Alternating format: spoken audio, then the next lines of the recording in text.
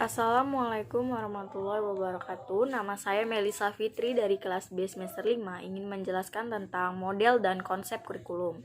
Yang pertama itu ada pengertian model konsep kurikulum dan model pengembangan kurikulum, yaitu kurikulum merupakan seperangkat susunan rencana kegiatan pelajaran mengenai tujuan, pokok, isi, bahan, metode, dan strategi pembelajaran sebagai acuan penyelenggaraan kegiatan belajar.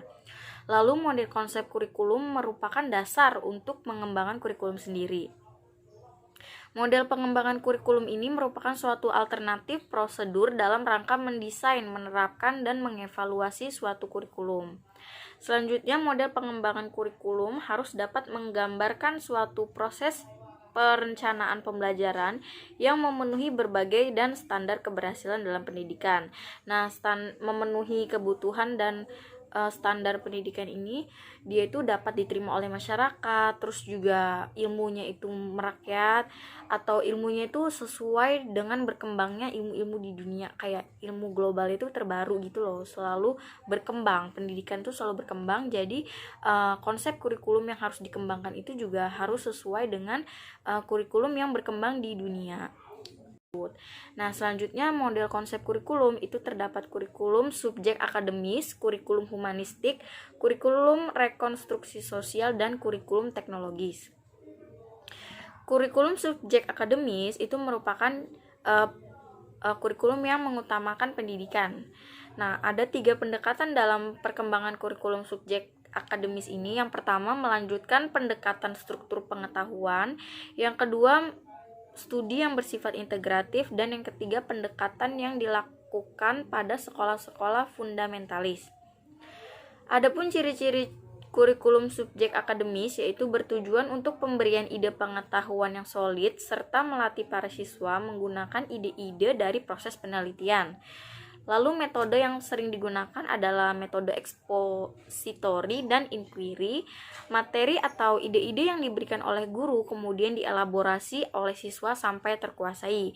Nah, maksudnya dielaborasi ini siswanya mempelajari apa yang sudah diterangkan oleh guru, kemudian dipelajari lagi oleh siswanya sehingga siswanya itu benar-benar mengerti apa yang materi yang sudah disampaikan oleh guru tersebut. Yang selanjutnya ada kurikulum humanistik, yaitu kurikulum yang mementingkan hasil daripada proses pelajaran tersebut dan diklarifikasikan menjadi 3 macam, yaitu pendidikan konfluen, pendidikan kritikisme radikal, dan pendidikan mistikisme modern. Kurikulum rekonstruksi sosial yaitu kurikulum yang bersumber pada aliran pendidikan interaksional. Lalu kurikulum ini berpendidikan bukan upaya sendiri melainkan kegiatan kerjasama dan interaksi yang dinilainya. Desain kurikulumnya itu ada asumsi masalah-masalah yang mendesak dan pola organisasi. Lalu komponen-komponen kurikulum instruksi sosial itu ada tujuan, isi, dan metode evaluasi dari kurikulum rekonstruksi sosial ini. Dan pelaksanaannya itu banyak dilaksanakan di daerah-daerah yang belum maju atau di desa-desa yang masih tertinggal pendidikannya. Yang selanjutnya yaitu kurikulum teknologis. Kurikulum ini khususnya dibagi dalam 2 bentuk, yaitu perangkat lunak dan perangkat keras. Perangkat lunak ini pengajarannya tidak membutuhkan alat atau media yang canggih, tetapi bahan ajar atau pelajarannya disusun dengan sistem dan alat media yang sesuai dengan pelajaran tersebut. Misalnya kita melakukan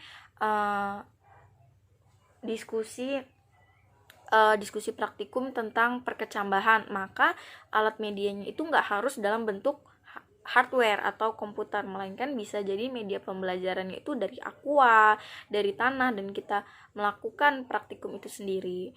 Nah, yang selanjutnya perangkat keras atau hardware.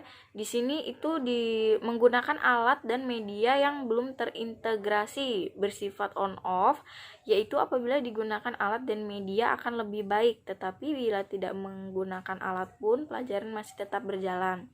Pengembangan kurikulum teknologis berpegang pada beberapa kriteria, yaitu 1. Prosedur pengembangan kurikulum dinilai dan disempurnakan oleh pengembangan kurikulum yang lain. Yang kedua, hasil pengembangan terutama berbentuk model adalah yang bisa diuji, coba ulang, dan hendaknya memberikan hasil yang sama. Yang selanjutnya, model-model pengembangan kurikulum itu adalah yang pertama, itu model administratif. Itu dari staff atau top down, dari atas ke bawah. Artinya pengembangan kurikulum ini ide awalnya dan pelaksanaannya itu dibuat dari kebijakan yang berkaitan dengan pengembangan kurikulum. Yang kedua, model dari bawah atau grassroots itu digunakan dalam sistem pengelolaan atau kurikulum bersifat sentralisasi. Sedangkan model grassroots ini berkembang dalam sistem pendidikan yang bersifat desentralisasi. Yang selanjutnya, model demonstrasi yang itu kurikulum yang dilaksanakan dalam skala kecil yang selanjutnya digunakan dalam skala yang lebih luas. Selanjutnya, model Beuchan itu dalam beberapa hal model ini hampir sama dengan model administratif, terutama dalam orientasinya dari atas ke bawah. Nah, keuntungan model kurikulum ini itu adalah adanya penegasan arena yang kiranya akan mempermudah dan memperjelas ruang lingkup kegiatannya. Yang selanjutnya, model penelitian tindakan itu dikembangkan oleh Smith, Stanley, and Soros berdasarkan asumsi bahwa perubahan kurikulum adalah perubahan sosial, yaitu proses yang melibatkan berbagai kepribadian orang tua. Yang selanjutnya, emerging technical models, perkembangan bidang teknologi dan ilmu pengetahuan serta nilai-nilai efektivitas dalam bisnis itu tumbuh kecenderungan yang baru. Itu didasarkan atas the behavioral analysis model analysis, the system analysis model, dan the computer based model. Demikian yang dapat saya sampaikan, kurang lebihnya saya mohon maaf. Kepada Allah saya mohon ampun. Wabillahi taufiq wal hidayah. Wassalamualaikum warahmatullahi wabarakatuh.